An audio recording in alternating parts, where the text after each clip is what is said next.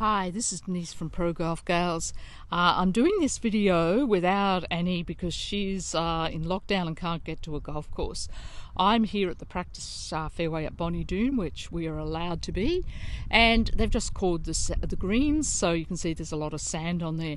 But the idea, the philosophy of the pitching, you can see where my ball is here. And you can see that I don't know if you can see it, but I've set up a little ring here.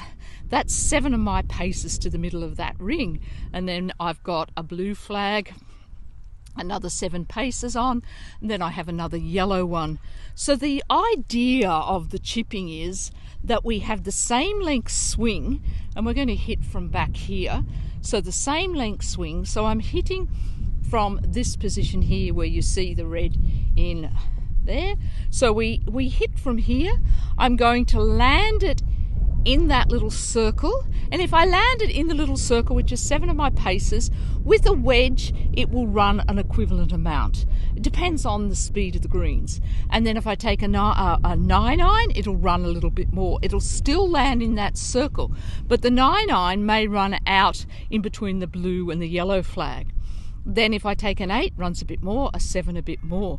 So the idea is get a length of swing, not too long, which I will demonstrate, and make sure that what you're doing, same length swing, same tempo, and it will just run out a different amount. You're landing it in the same spot every time. So what is so good about this idea is you just get good at a length of swing that you can do, landing in that 7 paces. Now yours may not be 7 paces.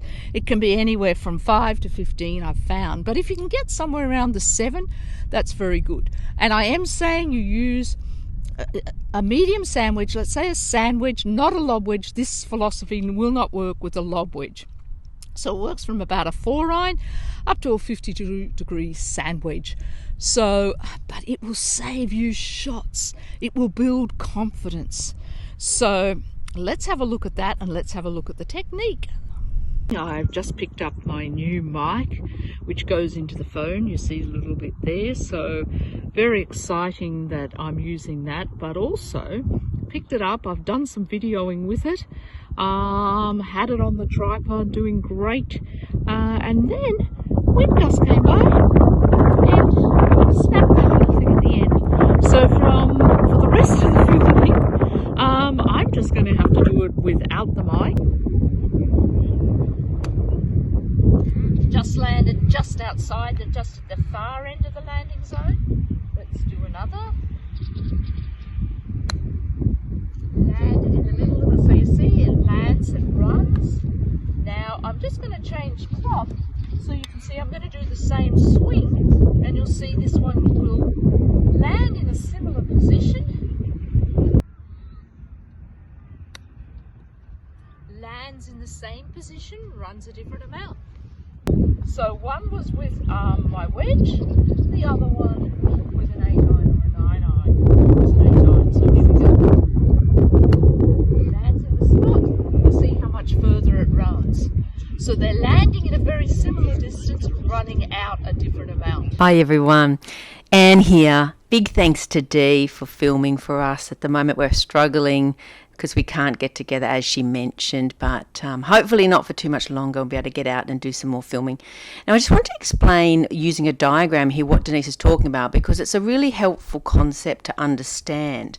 Now this looks as if it's really cast in stone and accurate, but it's not. It depends obviously how well you hit the ball, how consistent you are. But what I think is good about this is it gives you a guide that you can use, so you know what clubs to hit, how much run you'll get, depending where the flag is, all that sort of stuff. So it's quite a simple concept that you're going to carry the ball the same distance. It's going to run different distances depending on the club that you've chosen. This would have even been more simple years ago when there was more loft on the clubs. Years ago, the pitching wedge would have landed and run about the same amount, but they've taken loft off the clubs in recent years.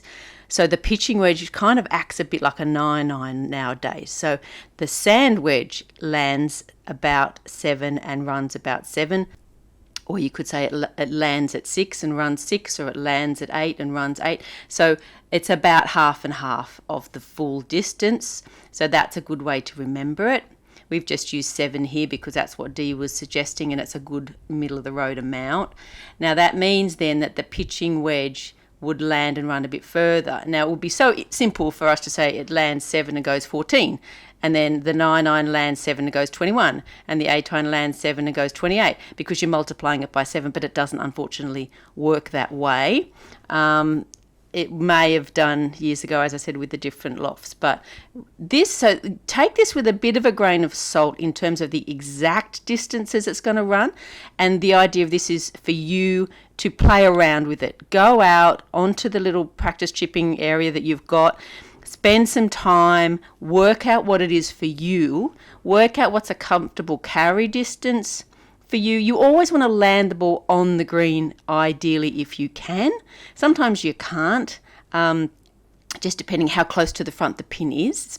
Sometimes it's better to land it slightly short and let it run on. But play around with it, work out what works well for you, get comfortable with the different clubs. You might find that you like one of these better than others for using as like a general chipping club.